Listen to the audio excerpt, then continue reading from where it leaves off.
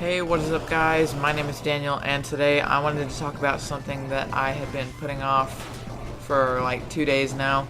And that is the Steam Machine specifications. And yeah, they have a low, mid, and high-end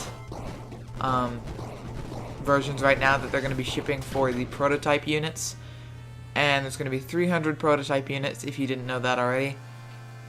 And now I'm going to read you out the specs for the low end, which is a Core i3 processor and a GeForce GTX 660.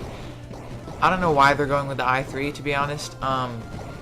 If you're going to go i3 or lower, you might as well just get an AMD, because higher end AMDs normally don't work too well just because of 8 physical cores, and that makes them more expensive, and there's really no point. Whereas, you know, like the i7 will have 4 cores, but then another 4 cores of hyper-threading, and that'll make it work theoretically just as well for a less price. So I don't know why they're going with the i3. Nobody really uses the i3. Anyways, now I'm going to read you the mid-range one. This is the upper mid-range, by the way.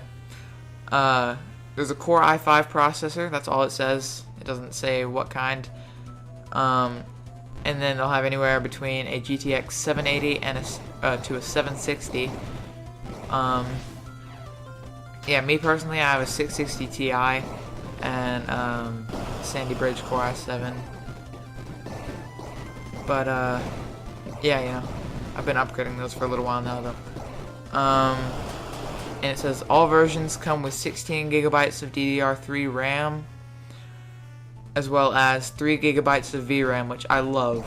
That's awesome to have 3 gigabytes of VRAM, because I know they're going to be doing that with the new consoles, especially with the PS4. They'll be able to allocate the GDDR5 RAM to the graphics card, whereas the Xbox One's memory pool is all DDR3, which is kind of...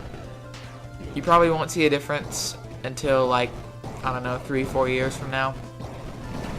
But yeah, as well as a hybrid drive, which is a SSHD, SSD and a regular mechanical hard drive mixed. But anyways, 1 terabyte regular hard drive and 8 gigabytes of solid state memory, which they will allocate Steam OS onto, which is really cool. So that means Steam OS will be really snappy and streamlined, like they said it was going to be. You'll be able to get through menus really quickly and things like that, and it'll make it boot faster and all of that great stuff. And then here, I'm going to scroll down because I'm awesome. And it says that the whole thing is enclosed in a custom case that Valve has not yet revealed. Big surprise. They have silhouettes of them on the Steam page where they announced it, which is the Steam Living Room Steam Machines page. But, you know, those probably aren't going to be the shapes because they have, like, random pyramids and shit.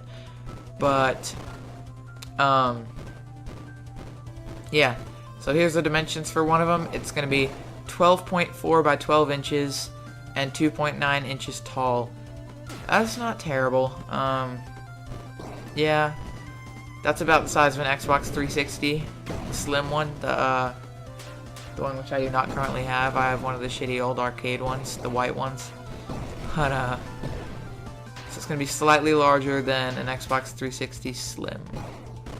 Not Slim, but S, whatever the hell you want to call it. Valve promises that the machine will be upgradable as possible. Which I'm excited about. But I don't know how easy it will be to upgrade in a case that size. I don't know what kind of motherboard they're going to have in there. We'll all have to see in time.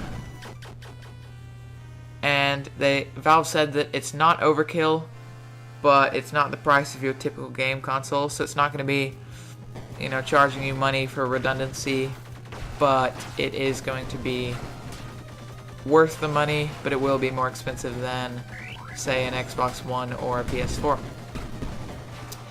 Anyways, guys, thanks for watching. Bye.